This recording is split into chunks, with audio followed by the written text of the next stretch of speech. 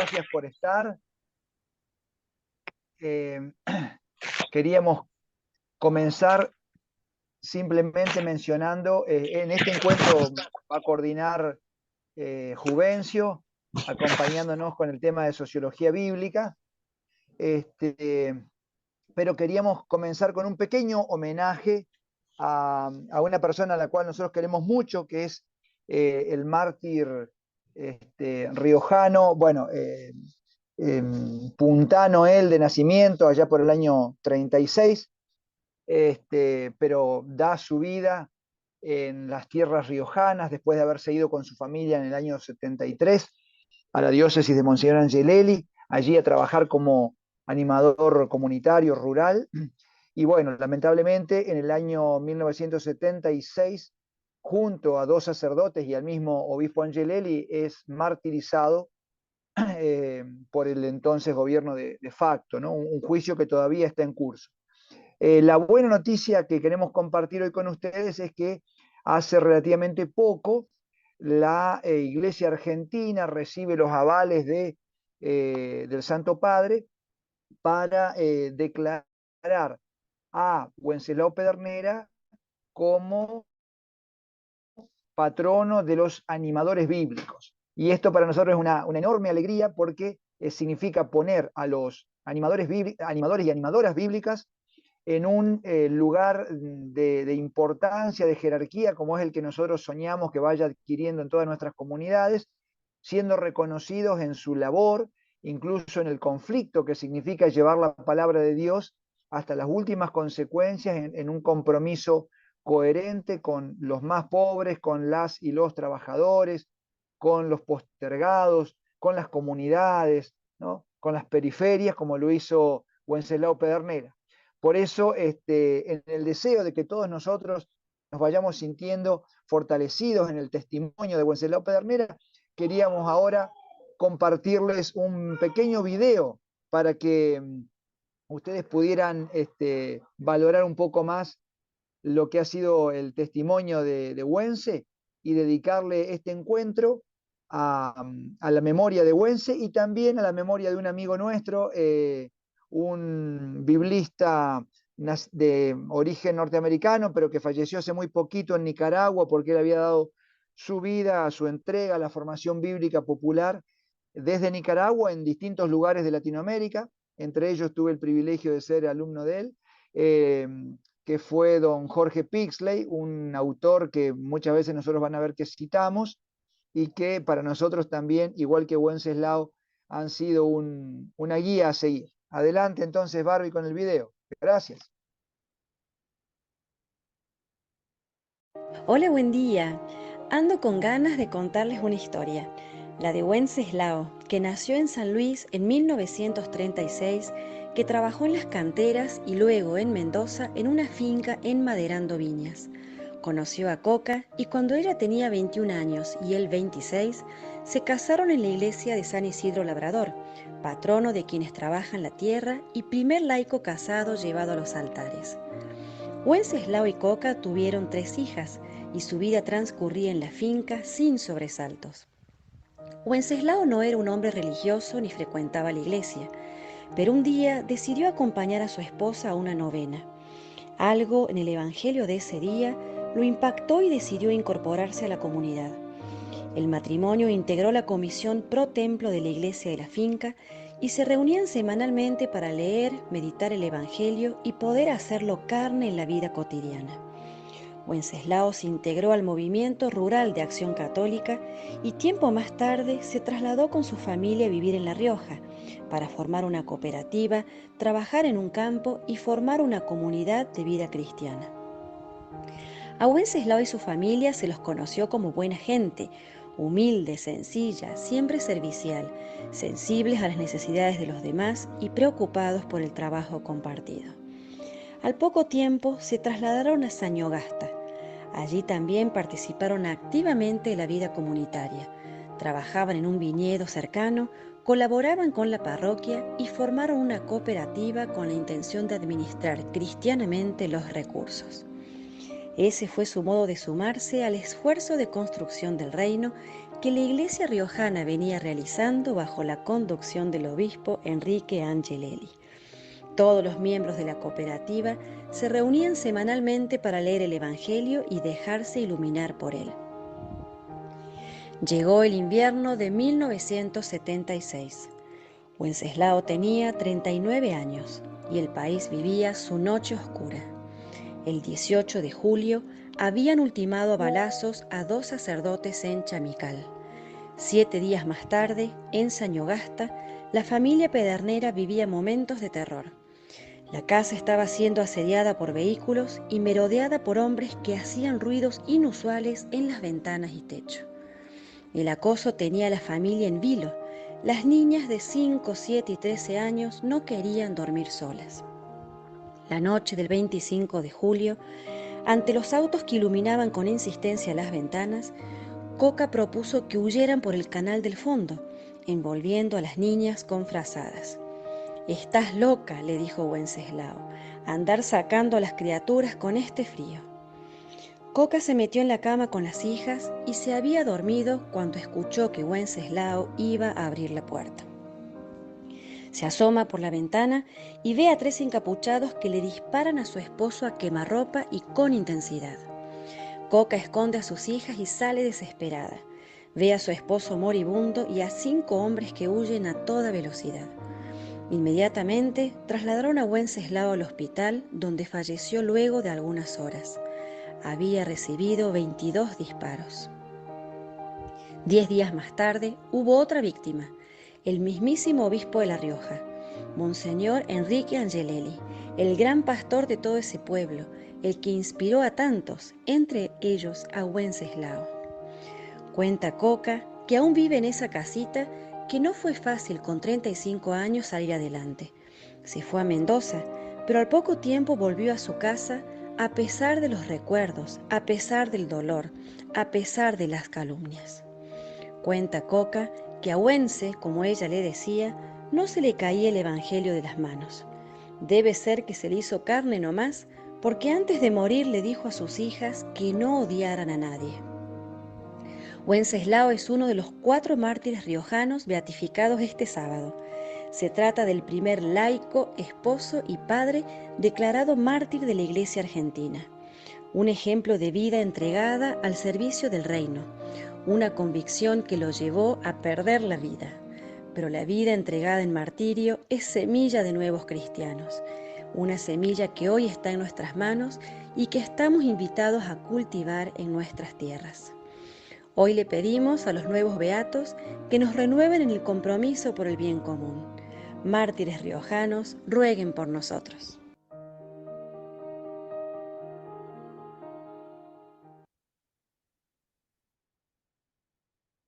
Bueno, y con motivo de este día que nos han regalado en nuestro país, en honor a los animadores bíblicos, nosotros como laicos comprometidos con la palabra, algunos desde hace más tiempo, otros nos hemos ido sumando en el camino hace poquito, eh, queremos, digamos, invitarlos a una celebración que vamos a hacer dentro de poco en honor a este día tan importante.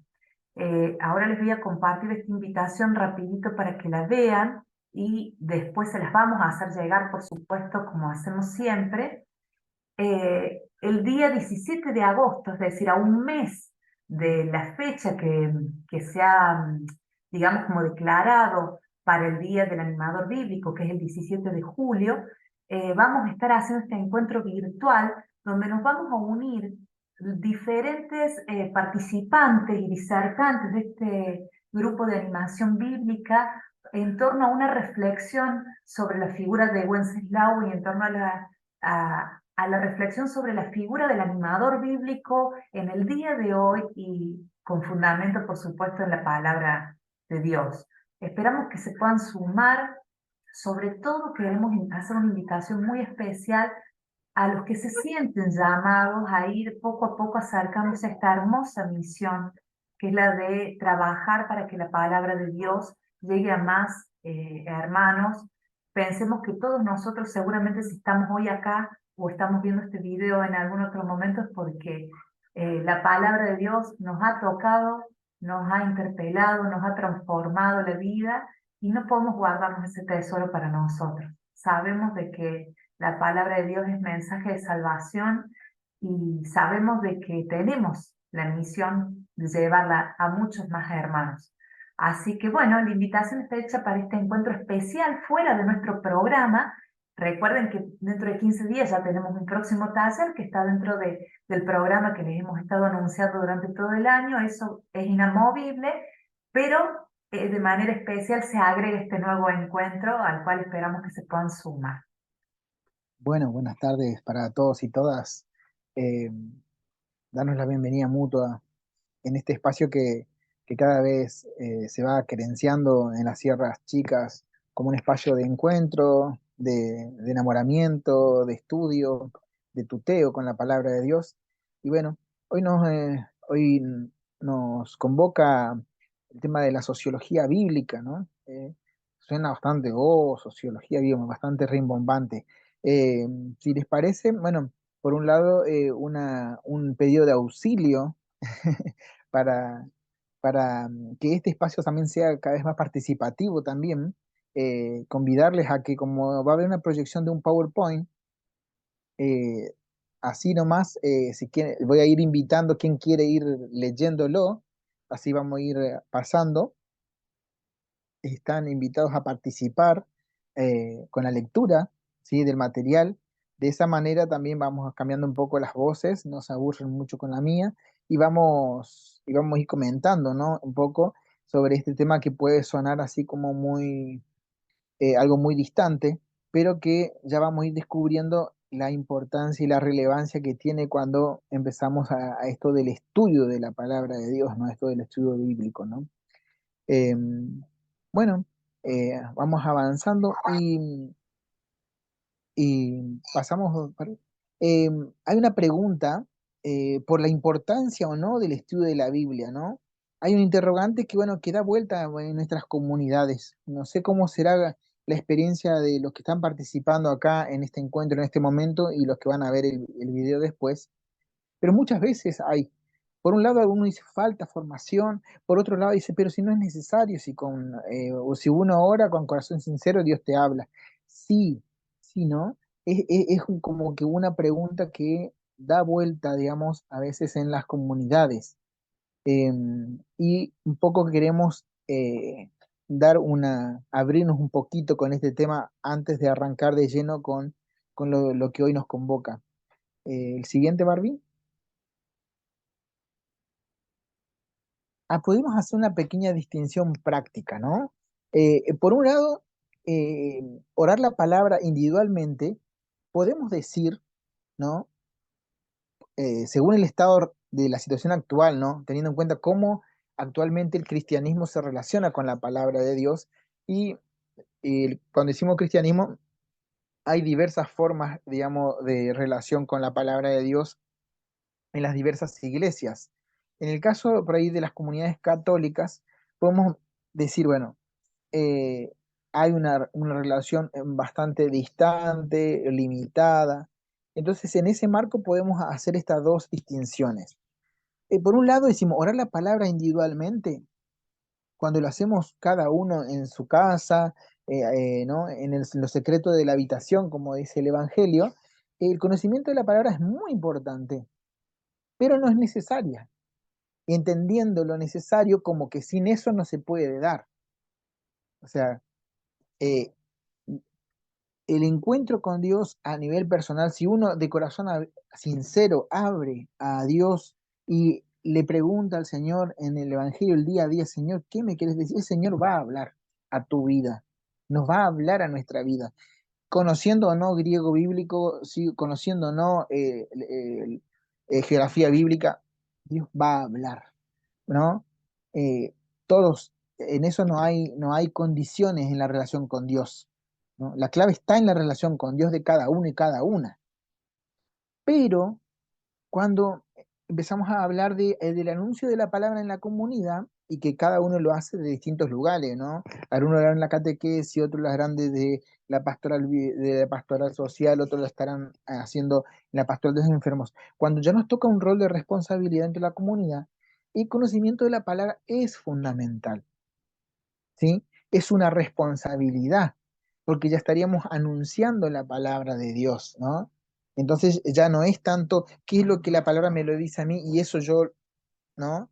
Sino que acá estamos en una dimensión de lo que la palabra, el texto, en su contexto fue revelada, ¿no? Y que hoy nos toca actualizarla, ¿sí? Y que el paso de la actualización, digamos, el paso del abajamiento, el momento, hablar desde ahora, ¿qué es lo que dice ahora? Eh, es un segundo momento. Entonces necesitamos saber que cuando ya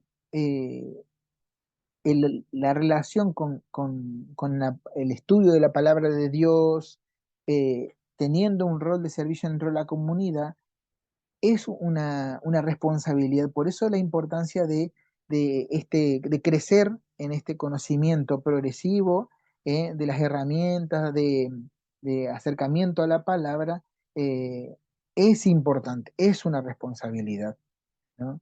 Entonces distinguimos entonces rápidamente. Una cosa es cuando yo rezo a solas con Dios y abro la palabra y el Espíritu me suscita. Y otra cosa cuando ya tenemos que anunciar la palabra de Dios en la comunidad, en la catequesis y en las distintas pastorales, el conocimiento de la Biblia ya tiene que ser un poquito más, ¿no? En profundidad. ¿Sí? Vamos, Barbie, el siguiente. Por eso, ahora la pregunta que nos tenemos que hacer es, ¿qué cristianismo tendríamos si todos y todas los cristianos y cristianas tuviéramos una relación amorosa, sustanciosa y estudiosa y cotidiana con la palabra de Dios? ¿No? ¿Qué la vida cristiana de cada uno estuviera marcada ya por un conocimiento más profundo de la palabra de Dios? Y eso es una pregunta que tenemos que hacernos, porque eh, por ahí adentro del catolicismo fuimos muy, digamos, muchas veces como formados adentro de una religión más, digamos, asentada en los sacramentos, ¿no? Pero ¿qué pasa con las comunidades? Que es una realidad que está pasando, que también tenemos pocos sacerdotes, que tenés misa cada tanto y hay algunas que tienen misas una vez al año. ¿Qué va a pasar? ¿Su fe no va a crecer? ¿No se va a relacionar más con Dios? ¿Qué pasa con esa fe? Entonces, ahí me parece que ya el estudio de la Biblia, el estudio de las herramientas que tiene la Biblia para conocer el mensaje, ya se va tornando como una responsabilidad para los cristianos que están dentro de la comunidad, para empezar a ayudar a los y a las hermanas, eh, ¿no? De la comunidad en la que pertenecemos, en la pastoral en la que estamos, ¿no? ¿Por qué? Porque ya eso sería el fruto de una vida anclada en la palabra de Dios, ¿no? Y de una relación sustanciosa, ¿no? Eh, tenemos que ya empezar a movernos del lugar del que, ay, no, no, eso de la vida es muy complicado, eso desde los sacerdotes nomás, ellos saben, porque ellos estudian mucho. Casi a veces que es una posición medio cómoda que tenemos, que entonces no nos moviliza, no nos lleva al tuteo más profundo con la palabra, a adentrarnos en estas herramientas que venimos ya compartiendo con ustedes desde el espacio de Animación Bíblica Sierras Chicas desde estos años, y que no son propiedad privada de algunos pocos, es para todos y todas los cristianos y cristianas. ¿Mm? Bueno, en este contexto es que queremos decir, bueno, vamos a hablar de esta cuestión de la sociología bíblica, ¿no? A ver, Barbie, la próxima, por favor. Entonces, sociología en la Biblia, podríamos estar hablando que la Biblia está escrita en diferentes lugares, tiempos, culturas, sociedades, afirmación que nos hace tomar conciencia que se escribió en una cultura, en un contexto social y político alejado de nosotros y de nosotras. Nosotros vivimos en una realidad y esa realidad nos atraviesa. Nosotros pensamos el día a día desde esa realidad en la que estamos inmersos, ¿no? De la misma manera, la palabra de Dios fue inspirada por el Espíritu Santo, pero escrita con manos de hombres y mujeres que en su época y en ese contexto fueron hilvanando el mensaje de salvación de Dios en los textos, pero en un contexto, en un modo de pensar, en una sociedad, ¿sí? Que los atravesaba. Y a nosotros, eso, si no estudiamos un poco este tema, nos sigue siendo extraño, nos sigue pareciendo algo extraño, eh, eh, no nos sigue siendo cercano, por lo tanto, entonces hay una brecha ahí que tenemos que acortar, ¿no? El relacionarnos con la palabra, con la mentalidad de nuestra época, es muy probable, ¿no? Vuelvo a repetir bien, ¿no? El relacionarnos con la palabra, con la mentalidad de nuestra época, es muy probable, acá es lo que tenemos que prestar atención, que cosas que son importantes se nos pasen inadvertidas o no las entendamos bien, ¿no? Y ahí hay un tema. Entonces, si nosotros abordamos la palabra con nuestra mentalidad, hay muchas cuestiones de que en ese momento en el que fue escrita, tiene su relevancia y hace justamente dejar en evidencia el mensaje de Dios. Solo conociendo el mundo en el que fueron escritas, su vida diaria, sus instituciones, sus corrientes de pensamiento, etcétera, estaremos en situación de entender la importancia de la palabra de Dios y el mensaje que el Señor quiso decir en ese contexto. Hasta acá esta aclaración. ¿Vamos bien? ¿Alguien que me diga que está todo ok? O si hay dudas, también está bueno que vayamos diviniendo, ¿no? Estamos perfectos, Juven. Buenísimo, buenísimo. Vamos, Barbie, la próxima, por favor. Acá hay una inquietud. ¿Alguien quiere leer la inquietud que nos deja esto? ¿Quién quiere compartirlo y poder leerlo, Barbie o quien pueda?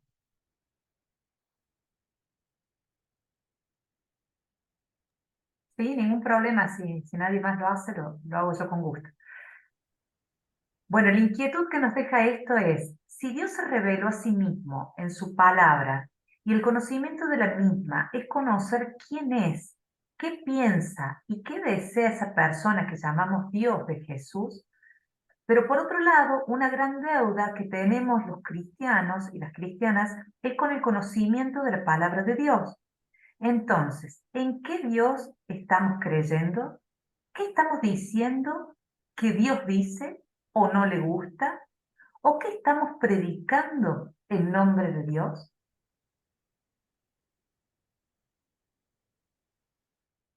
Y dejo que resuene, ¿eh? Y dejo que resuene. San Jerónimo decía, quien no conoce la palabra no conoce a Cristo.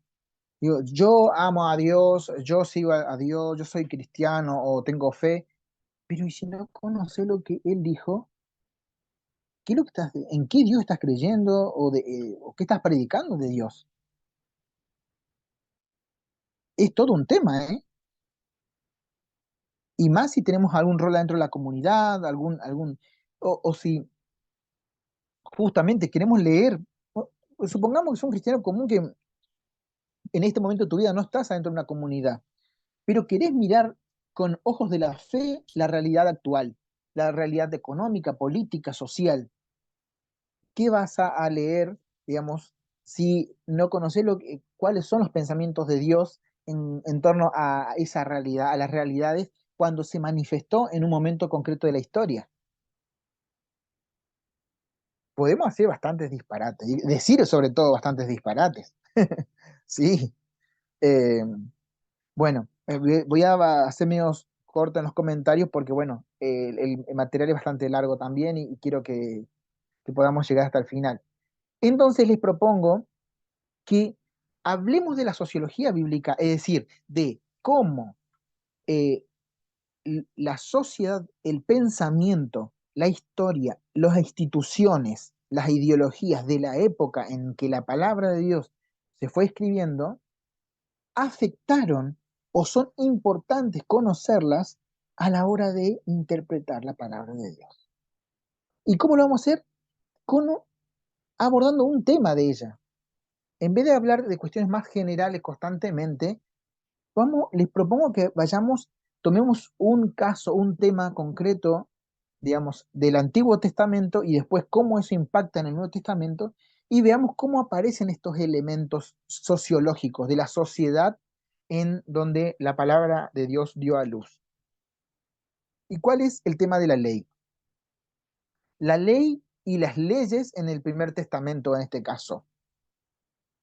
¿Cuántas veces no hemos escuchado en la misa o hemos escuchado en la catequesis que la ley, que los doctores de la ley, que la ley de Dios, que los 10 mandamientos, que el tema de la ley y aparece muy fuerte constantemente en los textos de la Biblia?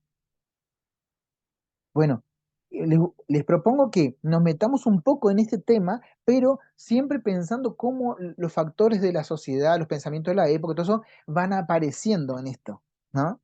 Entonces vamos a ver por qué, digamos, cómo se recompilaron las leyes, por qué se multiplicaron las leyes, cómo surgen esas leyes, cómo se formulan las leyes. Porque todo eso que parece tan específico también, vamos a ver cómo aparece, cómo intervienen las instituciones de la época, los pensamientos de la época, y eso después cómo se va a relacionar o va a aparecer en el tiempo de Jesús, en el Segundo Testamento. ¿Mm? Vamos, Barbie. Bueno, íbamos a compartir un poco el caso de Zacarías y su toro Gedeón, pero vamos a obviar esa parte porque después veíamos dentro del equipo de que, bueno, era un texto un poco largo y por ahí se nos va a ir mucho el tiempo que tenemos. Hay algunos casos que nos dejan en evidencia la pregunta de cómo surgen las leyes, ¿no? ¿Cómo surgen las leyes en el Antiguo Testamento? ¿Alguien tiene ganas de leer de alguno de los participantes estos casos?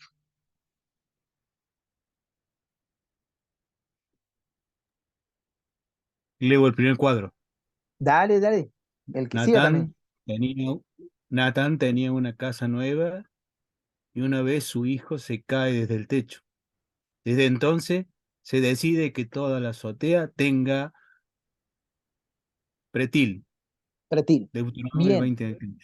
bien. ¿Alguien tiene a mano la Biblia, el Deuteronomio 22:8? En estos primeros cuadros vamos a ver el texto. Si alguien quisiera leer el segundo, el mismo hermano también puede leer el segundo, mientras alguien busca Deuteronomio 22:8. El rebaño de Acab se metió en el campo del vecino y lo dejó sin cosecha. Ahí está. Bueno, si alguien tiene el texto de Deuteronomio, si no vamos leyendo el tercero también, y cuando alguien tenga el de Deuteronomio volvemos a ese. Si alguien también quiere buscar el de Éxodo 22:4, por favor, vamos a ver estos dos ejemplitos y seguimos. Si alguien quiere leer el tercero, avanti nomás.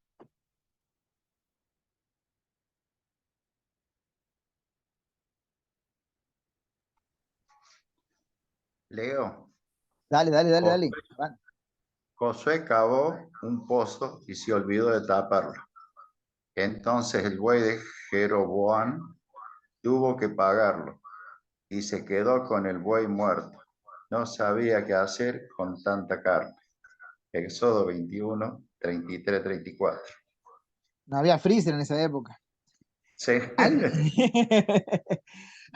Gracias, Guille. ¿Alguien tiene el Deuteronomio 22:8?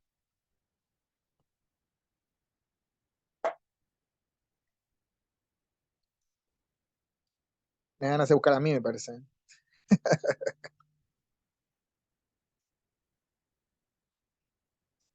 Acá jugué. Dale, dale, dale. Ahora, hermanito. ¿Qué tal? Cuando edifiques casa nueva, le harás un muro a tu azotea para que no traigas culpa de sangre sobre tu casa si alguien se cayera de ella. Ese es, versículo 8, ¿no? Exactamente. Entonces, ¿podrías de vuelta entonces proclamarlo y vamos a leerlo de vuelta para que haya la relación. Cuando edifiques casa nueva, le harás un muro a tu azotea, para que no traigas culpa de sangre sobre tu casa si alguien se cayera de ella. Ahí está, Jorgito, gracias. Entonces dice, Natán tenía una casa nueva y una vez su hijo se cae desde el techo. Desde entonces se decide que toda azotea tenga pretil o muro de contención o como acaba de mencionar el hermano. Es decir, ¿qué conclusión podemos empezar a sacar con esto, ¿no? Con estos casos. ¿Alguien tiene Éxodo 22:4 por la duda? Así vamos dándole tiempo a la gente que agarre coraje. ¿Alguien encontró Éxodo 22:4?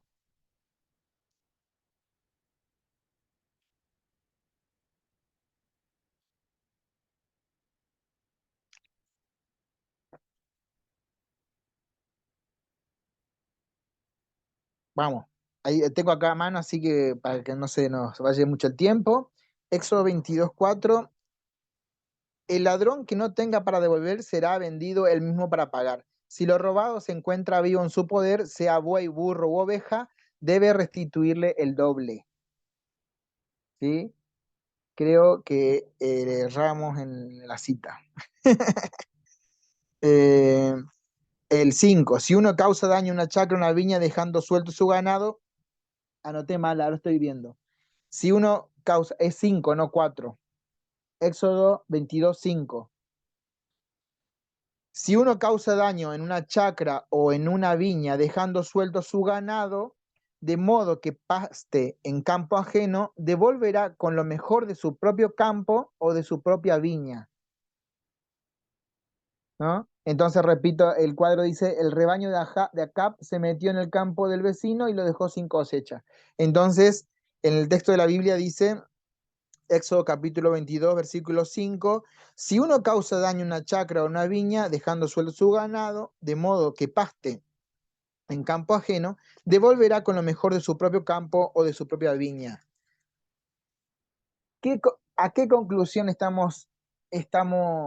podemos llegar con esta pregunta? ¿De dónde surgen las leyes en la Biblia?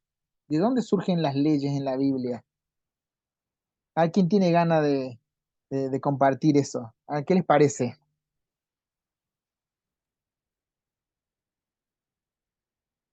Permiso, jugué. Sí, Jorge, adelante, hermano. No, creo que como en todas las sociedades, ¿no?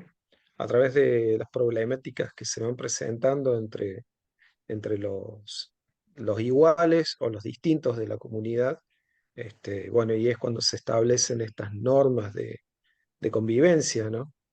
Que Ah, luego se posicionan como leyes, a cumplirlas. excelente, excelente. Entonces, de situaciones y problemáticas que surgen de la vida cotidiana, ¿no? De lo que pasa en la vida del pueblo. En este caso, ahora, ¿qué contexto está hablando? Está hablando de buey, está hablando de cosecha. ¿De qué contexto nos está hablando? A ver, ¿quién La se le anima? propiedad agropecuaria, digamos. Ajá. Estamos hablando entonces que hay un horizonte, digamos, de, de campo, digamos, de ganado, ¿no? Entonces, en la sociedad que se está hablando es un horizonte de campo, ¿no? Campesino, por así llamarlo, ¿no?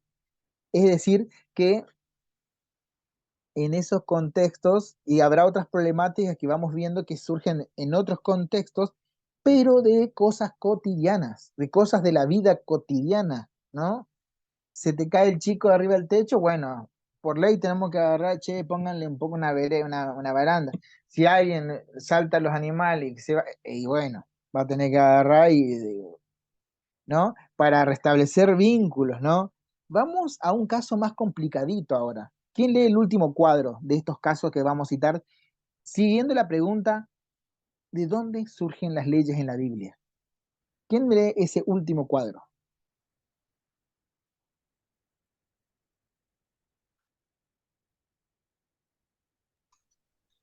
Bueno, te lo leo. Dale, dale, dale, Simeón, Guillermo. Simeón amaneció un día con una mancha en la piel. No le dio importancia. Al cabo de unos días se le formó una llaga. Lo llevaron al sacerdote que lo declaró impuro. Desde entonces anda por los campos harapiento y despeinado, con la barba tapada, gritando al que se le acerca, impuro, impuro. Levítico 13, 9, 11, 45, 46. Ahí está. Ya entramos en un tema más complicado, ¿no? Más delicado, más difícil. Si alguien tiene Levítico 13, yo igual lo voy buscando para, bueno, por el tema del tiempo. A ver Dice, qué. Sí, sí, muy bien. cuando un hombre se manifieste una llaga como de lepra, será llevado al sacerdote. El sacerdote lo examinará y si observa un tumor blancuzco en la piel o el color del pelo se ha vuelto blanco y se ha producido una úlcera, se trata de lepra crónica en su piel. ¿Hasta dónde te leo? ¿Hasta el 11? No, no, no, no. Ahí está. Ya ahí aparecen los elementos que habíamos dicho del cuadro. Fantástico, Guillermo. Vemos que aquí aparece ya otra institución. ¿Qué otra institución aparece de la sociedad de la época?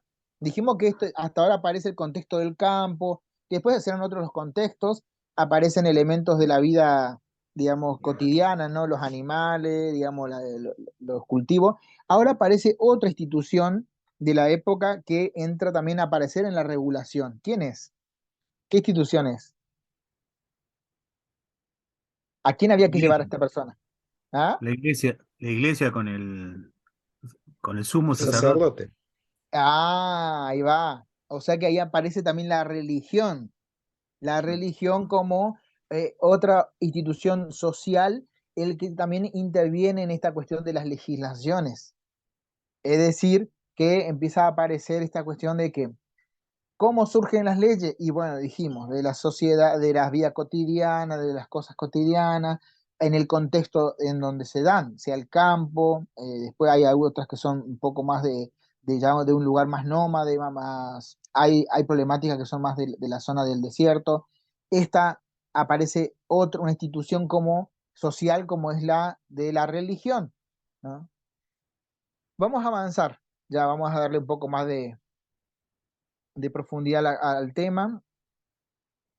Ahí está. Entonces, vamos a aclarar entonces, ¿dónde surgen las leyes? Recién mismo los casos, ¿no? Que nos querían iluminar un poco con respecto a esto. ¿Dónde surgen las leyes? Las leyes nacen en la familia, en el clan o la tribu. Las normas aplicadas por vez primera en una aldea o tribu podía crear jurisprudencia para otros, es decir, lo que se creaba como norma o ley adentro de una comunidad o tribu podía servir para legislar en otra comunidad, ¿sí? Vayamos pensando esto en un contexto de muchos años de comunidades que vivían en el desierto, seminómades, en clanes o tribales, hasta pasaron a una vida más sedentaria y bueno, se volvieron agricultoras, todo este proceso y ahí donde emerge esta cuestión social y las distintas instituciones. Entonces, ¿dónde surgen las leyes de la Biblia? Para que vayamos vayamos dándonos idea de esto. Una de ellas es adentro de la comunidad, ¿m?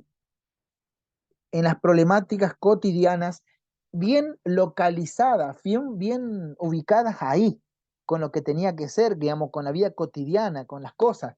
De acá es la importancia que tener un poco alguna idea general cuando abordamos la Biblia de estas cuestiones, ¿sí? Digamos, si vamos a leer un texto del Éxodo, de Levítico, de Deuteronomio, tener un poco en el horizonte estas cuestiones.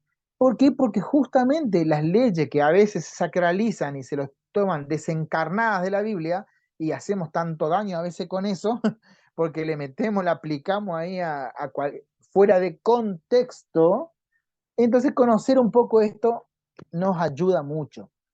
Otro lugar son las reuniones, ¿no? Anuales en los santuarios, ¿no? Donde intercambiaban prácticas jurídicas y resolvían los nuevos problemas. Claro, habían fiestas religiosas en los santuarios donde se juntaban y ahí, bueno, che, yo hice tal cosa con tal situación, ahí también se fueron generando nuevas leyes, ¿no? Otra, a partir de David, ¿no? Siglo X, la corte adquiere importancia. El rey estaba obligado a juzgar, por lo tanto, ¿no? Eh, estoy leyendo, a ver, lo leo bien. En esos textos queda evidenciado esta cuestión, ¿no? De que, bueno, a partir de David ya empieza, digamos, la institución de la monárquica a tomar un rol importante adentro de la legislación, ¿no? Adentro de las leyes. Bueno, eso queda en evidencia cuando Josafat de Judá, él estructura y ordena la administración de la justicia, ¿sí?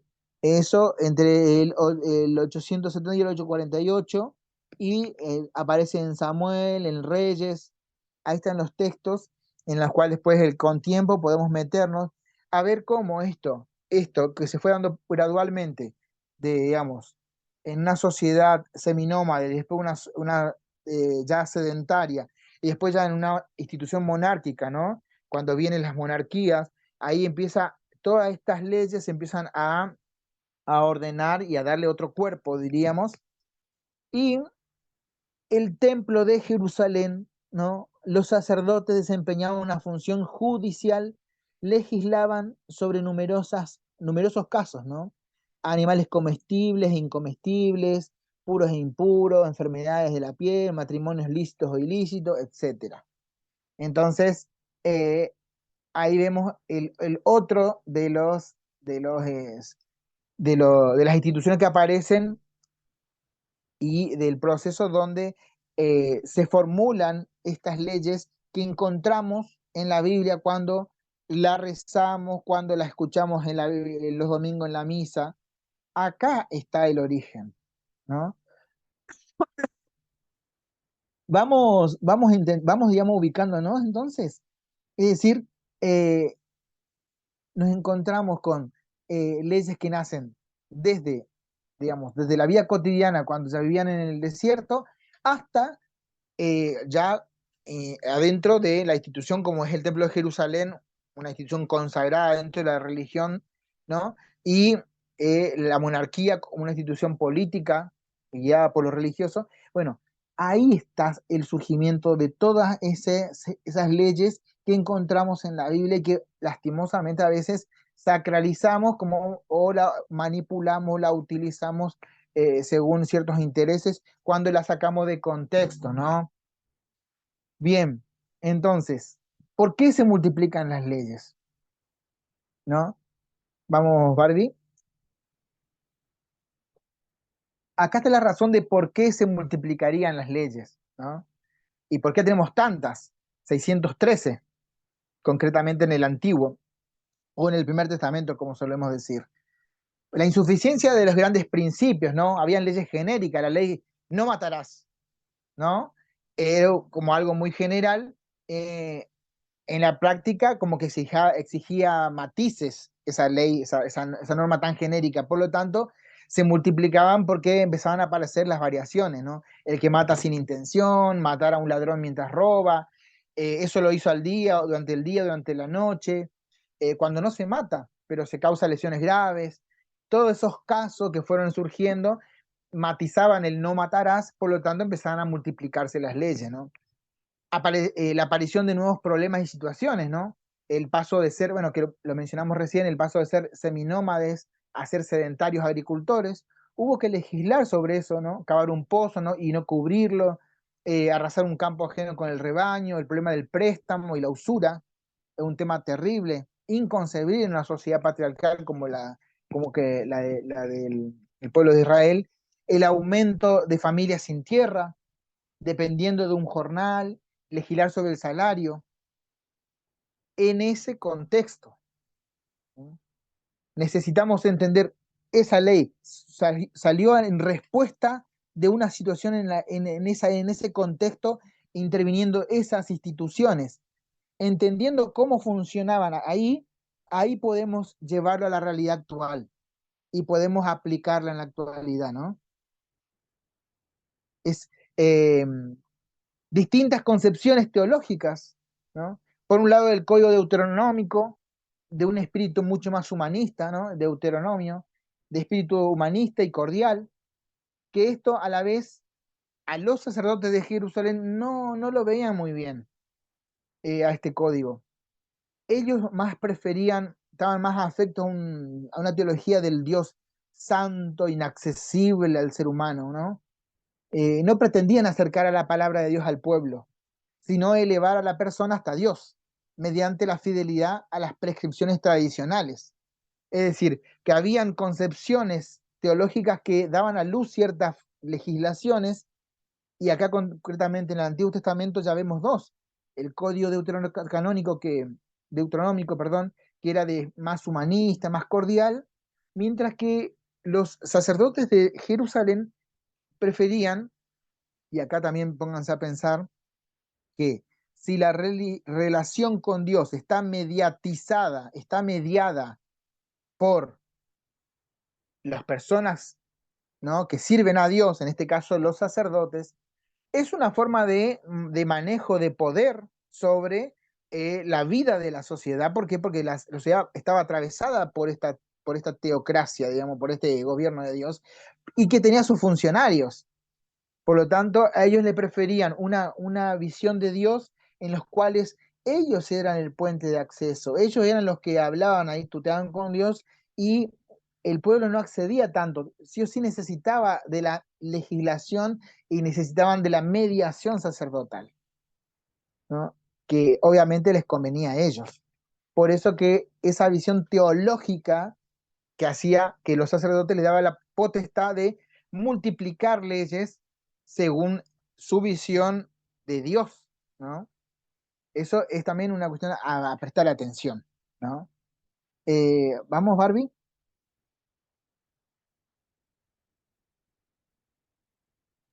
Esta una distinción práctica para que entendamos cuál es el tono de las leyes que encontramos en la Biblia, ¿no? Por un lado, por un lado, lo que, bueno, en sí esto es más para entenderlo, ¿no? Es un acercamiento para tener un acercamiento. Obviamente que después esto se podría estudiar más en profundidad, pero lo menciono para que entendamos cuál es el tono de las leyes. Por un lado, las leyes apodícticas, ¿no? ¿Qué mandaban las leyes apodícticas? ¿Quién quiere leerlo? ¿A qué mandaban las leyes apodícticas? Leyes ¿Alguien tiene ganas de leer? apolíticas, sí. Sí, Mandan o sí. prohíben algo. Son prohibitivas cuando usan la segunda persona del singular breve y añaden una motivación. Por ejemplo, Éxodo 22:20. En ocasiones se agregan amenazas. Éxodo 22, 21, 23. O son imperativas. Usan la segunda persona del singular, extensa y añade explicación. Por ejemplo, Éxodo 22, 29. Bueno, ahí nomás leemos entonces, Barbie, por favor, las leyes casuísticas, ¿sí? Y ahí vamos viendo las dos tonalidades, a ver. Las leyes casuísticas plantean un caso general con matices. Por ejemplo, Éxodo 21, del 2 al 6, 7, 11, 28, 32, etc. Cuando, sí, sí.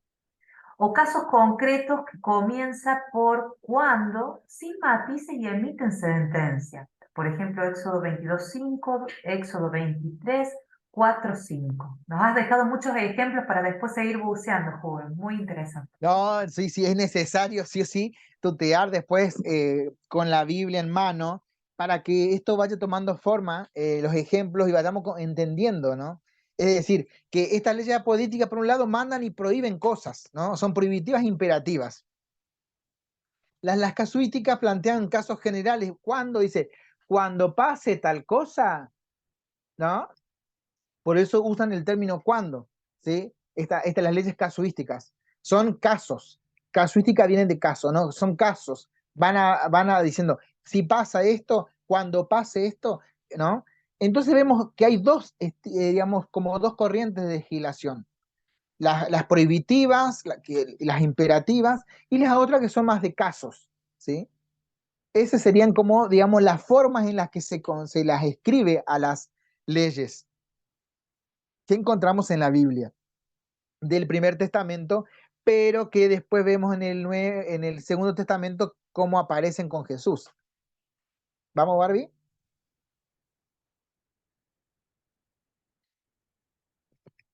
Cómo se recompila, ¿no? Cómo se fueron aglutinando, cómo se fueron ordenando estas leyes, ¿no? Se agrupaban en serie de 10 decálogos, eso le suena al decálogo, ¿no? Se agrupaban en serie de 10 porque se recurría a los dedos para memorizarlas. Algo muy simple. No sé, la tabla de Moisés, los 10 mandamientos que él talló en una piedra. No, era un método concreto, las 10 dedos, tenemos 10 dedos, podría ser 20 si usamos el de los pies. No, no, no, es un chiste. Los 10 los de la mano, entonces de esa manera podíamos ir memorizando, porque bueno, no era que cada uno tenía su libro en la mano y cada uno leía el librito de las leyes. Entonces había que, agilizar la memorización y otra, ver recursos de cómo hacerlo. Entonces, la forma de los decálogos para que ayudaban justamente a aprender. Por eso el decálogo ético, que es el que conocemos nosotros de los mandamientos, el decálogo cultural, ¿no? Que tiene que ver con el culto, o si no, serie de 12 preceptos, ¿no? Como los promulgados en Siquén, conocidos como el dodecálogo siquemita, ¿sí? Están los de 10, están los de 12. Los compiladores, ¿no? Lo que fueron ordenando de estas leyes que se fueron, digamos, con el tiempo ir aglutinando, se guiaron por contenidos, ¿no? Es decir, de manera temática. Las relaciones sexuales ilícitas, las peregrinaciones anuales, fueron tomando temas y en base a eso fueron juntando y ordenando las leyes que pululaban en la práctica del pueblo. La recopilación parece desorganizada, ¿no? El tema del código de la alianza, por otro lado el código deuteronómico, perdón, la ley de santidad, pero hay principios organizadores que pasan desapercibidos a primera vista, ¿no? Hay principios que ordenan esta forma de organizar las leyes. ¿Podemos pasar, Barbie?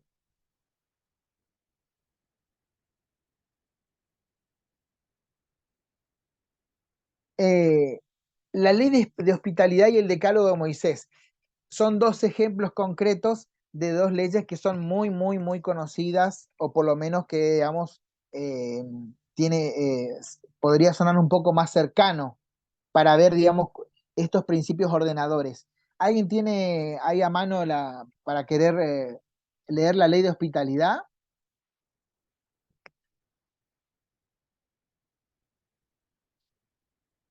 Vamos a animarnos así, no se aburren con mi voz.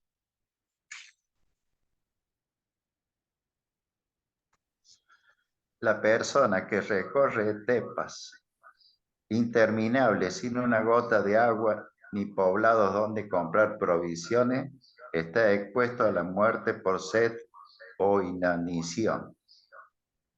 Cuando llega a un campamento de pastores y no es un intruso ni un enemigo, es un huésped digno de atención y respeto, que puede gozar de la hospitalidad durante 3 días y cuando se marcha se le debe protección 3 días más, unos 150 kilómetros, dice entre paréntesis. Esta ley la encontramos en Génesis 18, 1.8, Génesis 24, 28, 32 y Génesis 19, 1.8. Fantástico, Guillermo, buenísimo. Entonces, hay una ley, hay una ley que quiere enseñarnos algo, quiere preservar algo. ¿Qué es lo que está queriendo preservar? ¿Qué es lo que está queriendo enseñar? ¿Qué es lo que nos está queriendo decir esa ley de fondo, en el fondo? A ver, quien Como quiera, el ¿no? título Sí, Guille. Como ¿Cómo el sería? título de hospitalidad, acoger. Sí, exactamente, porque el otro, ¿quién es? El otro, el huésped, el huésped, la persona que no es que, no es alguien malo, no es un intruso, no es un enemigo, Es un ¿cierto? caminante, claro. Y estamos Una hablando, persona, claro, alguien, es un una, ser humano que necesita, ¿no? Es alguien que de digno de atención y respeto, dice, ¿no? Esa es una vertiente de fondo que puede también ordenar las leyes. Es decir, que todas esas leyes tienen ciertos principios ordenadores. El ser humano sobre todo. ¿Vamos entendiendo? El ser humano sobre todo. Entonces esas leyes, si las agarramos aisladas, abrimos Levítico al vuelo y dice, bueno, no hagas transfusión de sangre. Ah, bueno, entonces acá me dice que no tengo que hacer transfusión de sangre. Bueno, no me hago transfusión de sangre, ya está, porque me lo dice la Biblia. Pero tenemos que meternos en el contexto, tenemos que meternos a ver qué, en las instituciones de la época, qué significaba la sangre, con quién se podía mezclar o con quién no, por qué. Esos elementos nos tiran y sobre todo entender estas líneas de fondo que ordenan las leyes, ¿no? Y nos ayudan a discernir el ser humano sobre todo, la dignidad, somos seres dignos, ¿sí? Todos los seres humanos, por lo tanto el que necesita, el que me necesita, merece, la ley lo dice ahí, hasta 3 días después lo tenía que atender. Fíjense lo importante que era. Eh, por favor, Juanca, si en algún momento querés meter tu cuchara, por favor, yo sé que vos en estas cuestiones vos manejás muchísimas cosas y si se me pasa alguna cosa, metele tu cuchara nomás, compañero, por favor. Otra es el tema del decálogo Moisés. ¿Quién quisiera leer rápidamente lo del decálogo Moisés o el famoso los 10 mandamientos?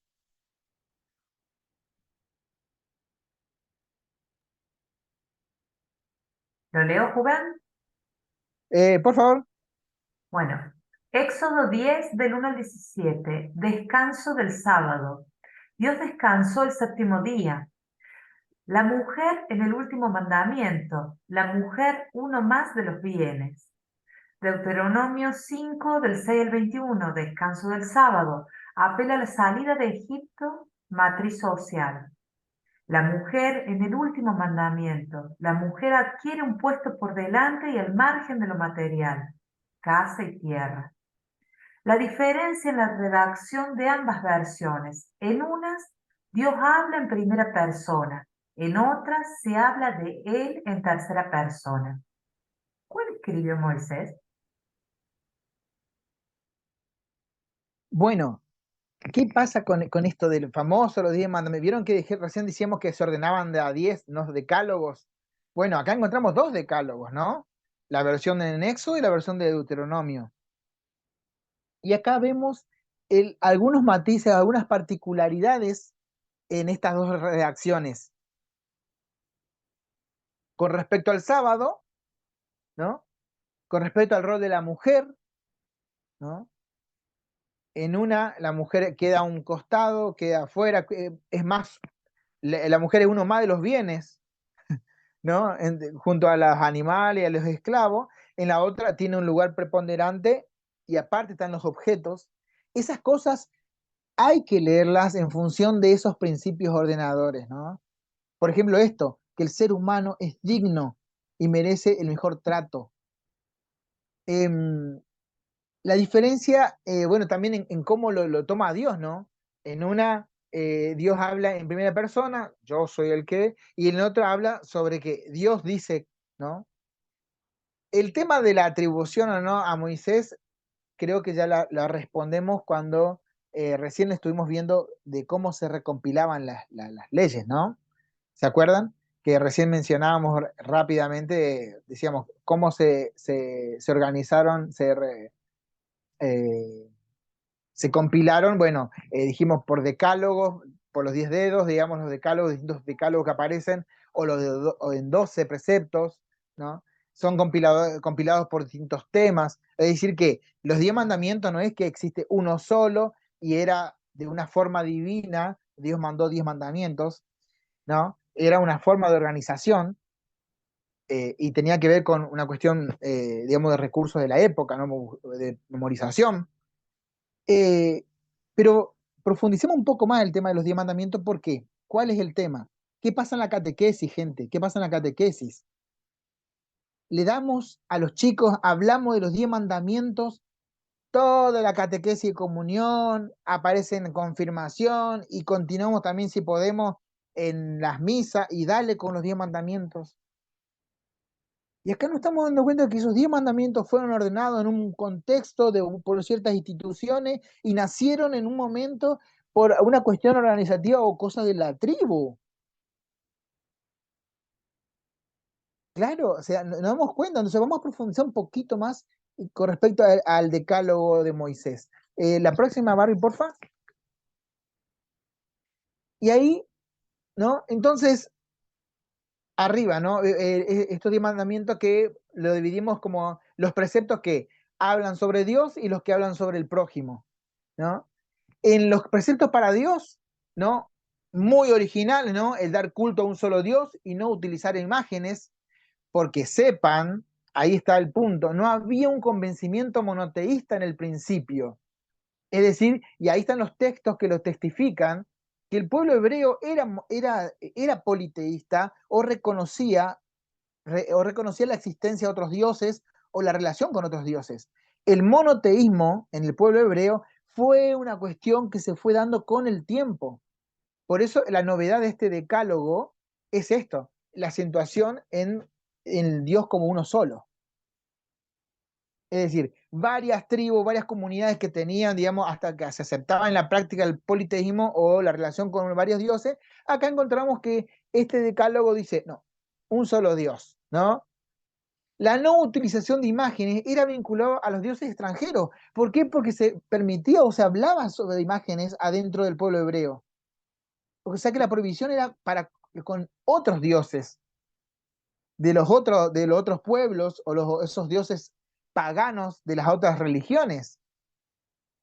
Recién con Oseas, ¿no? En el siglo VIII viene la crítica dura y donde se ataca fuertemente las imágenes del Dios de Israel, de Yahvé. Pero antes sí había, o sí, digamos, estaba reconocido. Y si no, vayamos a pensar en las imágenes del toro, las distintas imágenes que aparecen en los textos, era porque se reconocía la creación de la imagen o la alusión a imágenes de Dios o la construcción de ellos, ¿no?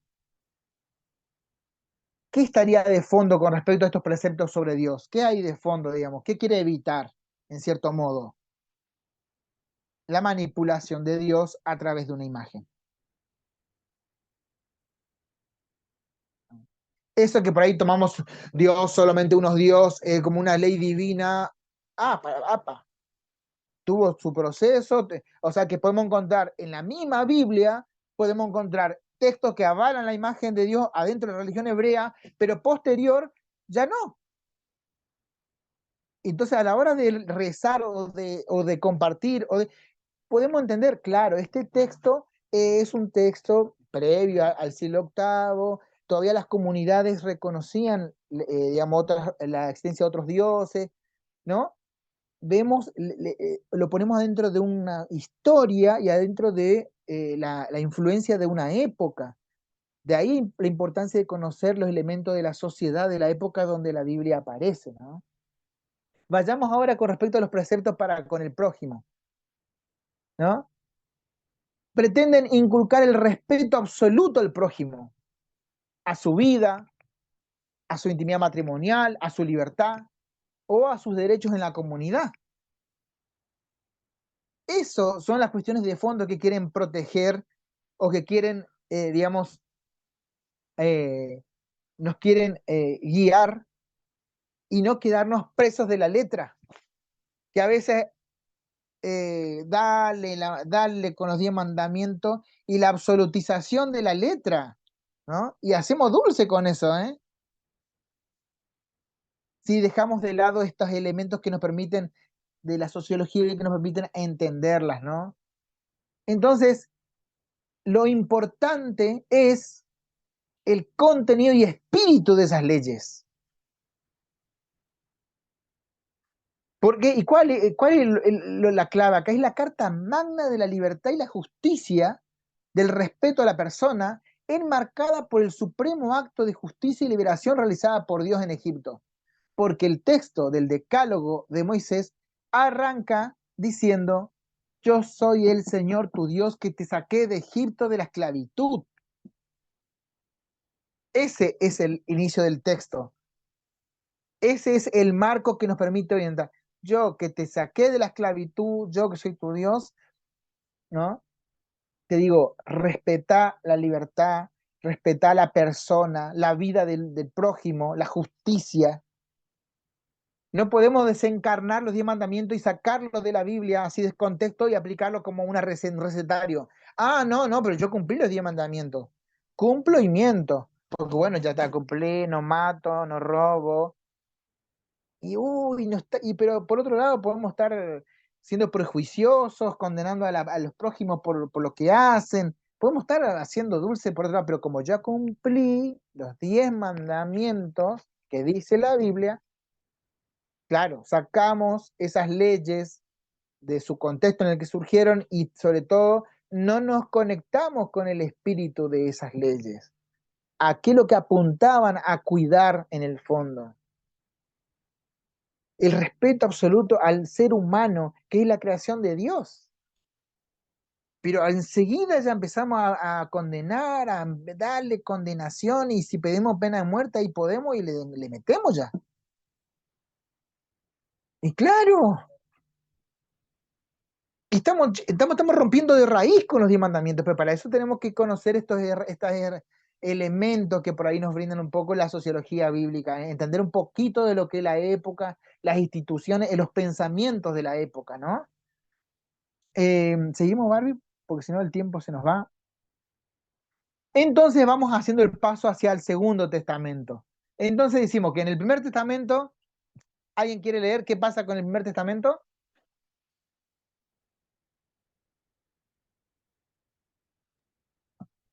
613 mandamientos, 365 imponían abstenerse de acción, uno por cada día del año.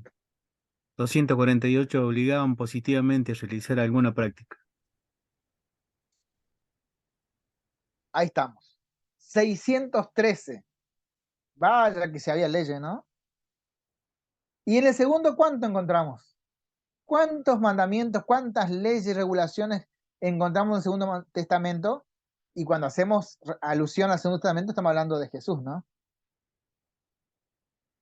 ¿Cuántos? Uno solo. Uno solo. Apa. Parece que hay una mentalidad, parece que hay una sociedad estructurada con ese código de legislación. Había una institución como la institución religiosa del templo que manejaba la vida de la sociedad, afectaba la vida política, económica, influenciaba en eso, en la vida de las personas, a través de estas leyes de los cuales ellos eran los referentes, ¿no? Estas leyes que nacieron de la vida cotidiana, que se fueron viendo en el templo, como en el tiempo, como fuimos viendo, ¿no? Entonces era una sociedad fuertemente, digamos, marcada por la ley, ¿sí? Por el cumplimiento de la misma, ¿no? Los cumplimientos de la ley. Y esa es la sociedad en la que aparece Jesús, ¿no? Y en el cual él también aporta a la legislación con un mandamiento, ¿no? A ver, avanzamos, Barbie. Esto es lo que recién acabo de decir, ¿no? En ese contexto de Jesús, ¿no? Los grupos, las instituciones vinculadas a la ley. La ley era la referencia de autopercepción de ciertos grupos. Nos vamos a quedar solamente en dos grupos. Quien tenga ganas de leer estos dos grupos, les voy a agradecer.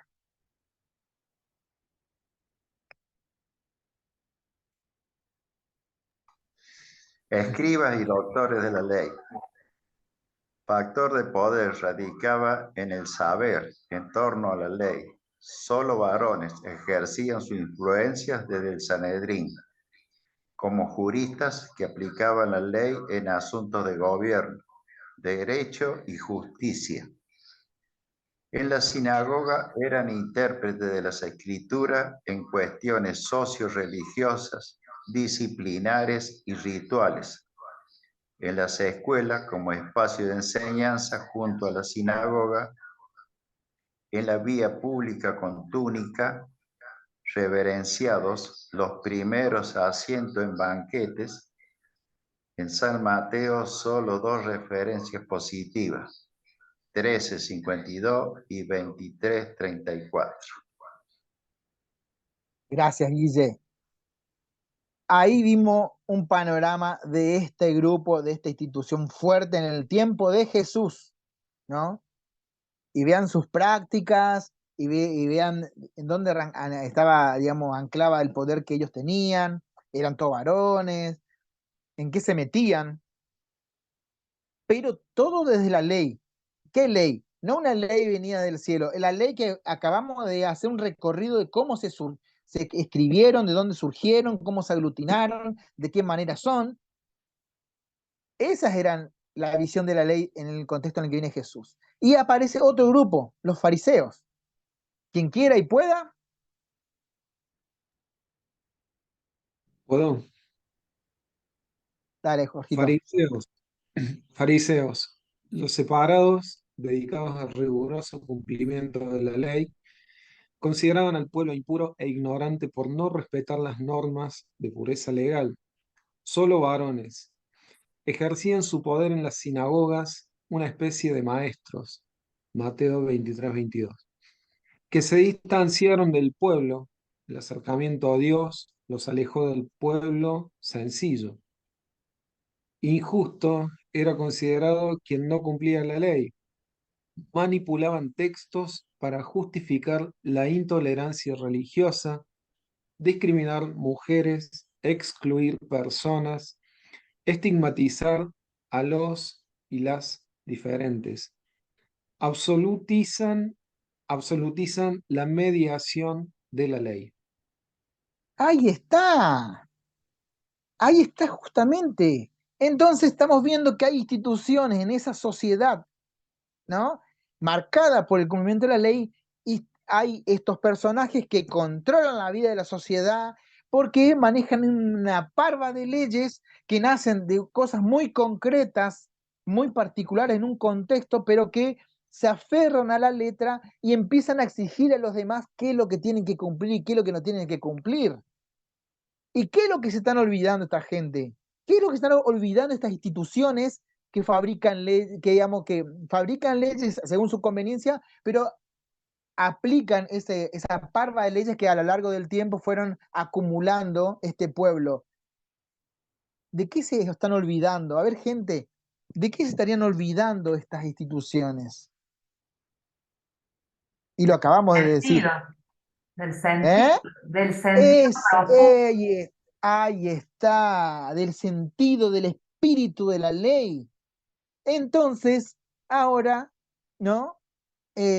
Volvemos a ver, podríamos dar una vueltita de tuerca más a esta cuestión de esta sociedad. La próxima, Barbie. Entonces, esta sociedad marcada por el legalismo, había una imagen de un Dios comerciante, compra y venta de servicios religiosos, la famosa teología de la retribución. Yo, Señor, cumplo para que vos me des lo que yo te estoy pidiendo. Yo hago esto para que el Señor haga lo que me proteja, me cuide. O sea, hay una especie de negociado con Dios. El centro es la observancia de la ley. Esto genera personas legalistas y rígidas, porque es la ley por la ley, esta que estamos diciendo, esta misma ley que sale de la Biblia, que invocamos la Biblia, fuera del contexto de cómo surgieron, en qué época, en qué historia, de qué manera. Esta forma religiosa levanta muros entre quienes se creen los justos, los puros, los perfectos, perfectas, puras y justas, los y las otros y otras, a quienes llaman y ponen diversos rótulos descalificativos. ¿Por qué? Porque claro, no me cumplen la ley. La ley. Porque la ley es la que dice, pero están, ¿no? Desconectados del sentido, del espíritu. Y ahora vemos qué pasa con Jesús en ese contexto. En este contexto socio-religioso, Jesús nos da su mandamiento, ¿no?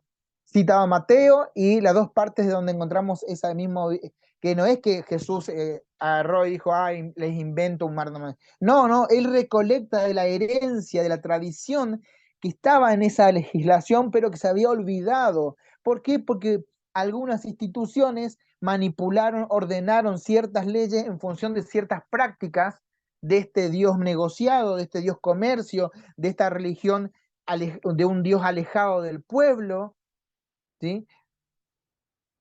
Desde su experiencia de Dios, no desde la ley, no desde la teoría, no desde su relación con su papá, con su papito, con su abá, ¿eh?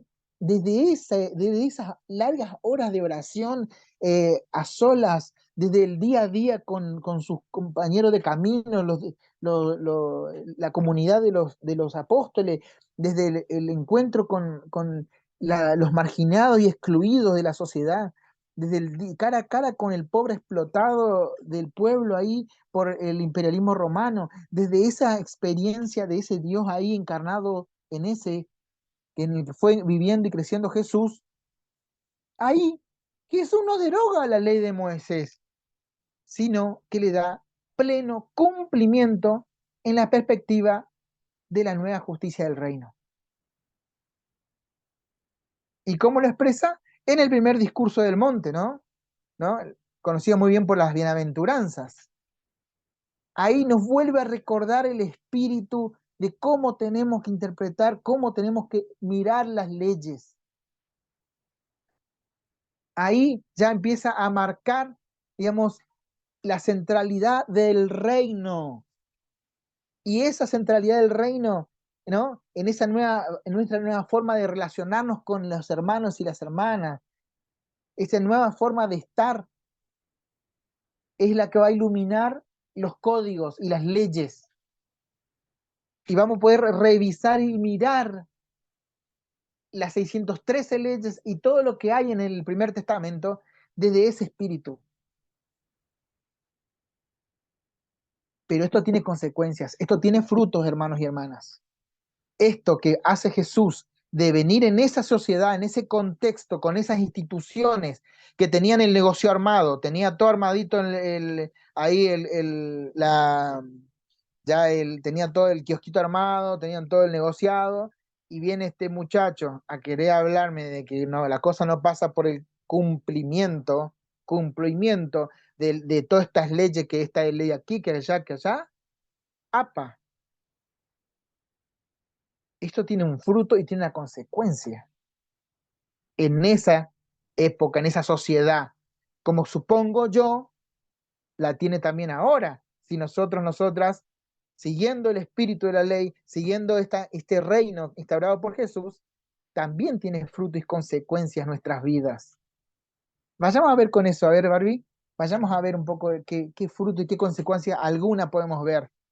¿Quién quiere por ahí leer el fruto y otra que quiera leer el tema de las consecuencias?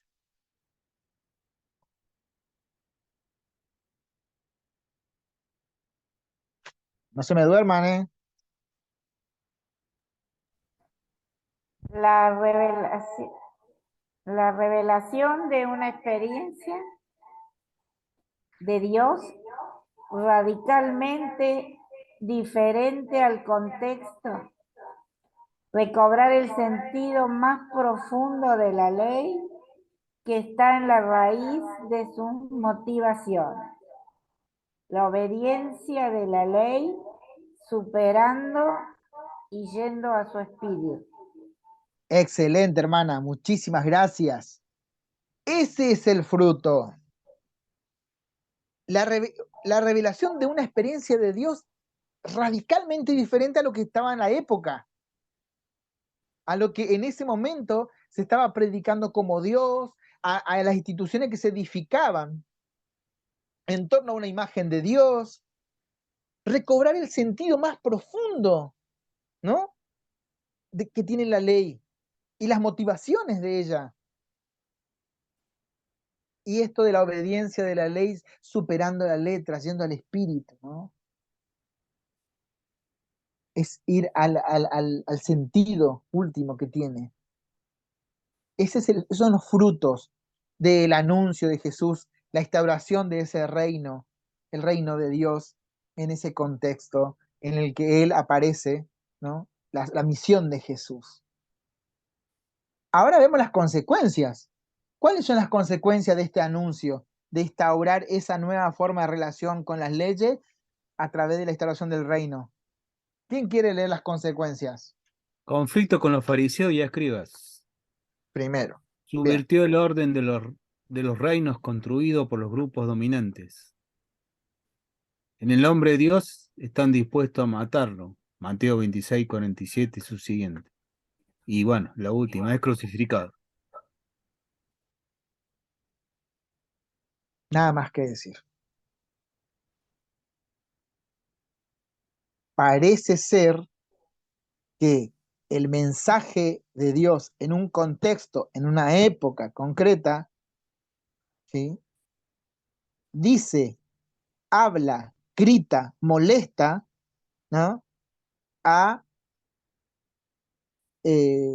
a esa sociedad, a las instituciones de esa época y de nuestra época.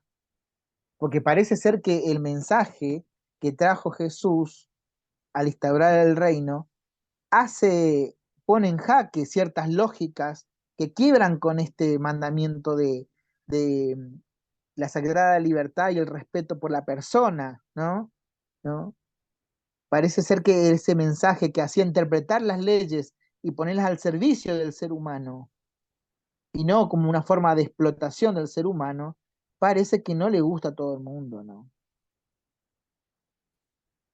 Y en el caso de Jesús pone en evidencia toda esa superestructura que habían armado de la religión de la época y era totalmente desencarnado del espíritu de las leyes. Parece ser que el mensaje cristiano, el mandamiento que nos dio Jesús, el vivirlo, el predicarlo en un contexto, en una época, tiende a ser desafiante, ¿no? Tiende a ser profético, cuestionador, esperanzador, ¿no? Y el mandamiento ya sabemos cuál es, ¿no? ¿Cuál es el mandamiento entonces? Vayamos al texto rápido, solamente la mención. A ver, el próximo, Barbie. Amar a Dios, al prójimo, como a uno mismo. En eso, como dice Jesús, se resume toda la ley y los profetas. En el Evangelio lo dice así. Ahí encontramos todo. Amar a Dios, al prójimo, como a uno mismo. No puedo decir que yo amo a Dios y no amo al prójimo. Soy un mentiroso, dice Juan. Y no puedo amar al prójimo si no me amo a mí mismo. Y yo no me amo a mí mismo si es que no encuentro en mi vida esa voz que me dice, sos mi hijo amado, sos mi hija amada. En esa relación vital, viva que tenemos con Dios, cada uno de nosotros, nosotras, es la gran revelación de que somos hijos e hijas amadas de Dios. Y eso nos lleva a amar al prójimo. Y eso tiende al compromiso, al anuncio y a denunciar y al compromiso y bueno, ya estarán los frutos y las consecuencias, ¿no? No me quiero extender más. Cerramos con el próximo, Bari, por favor. Bueno, hasta acá. Muchas gracias por la paciencia.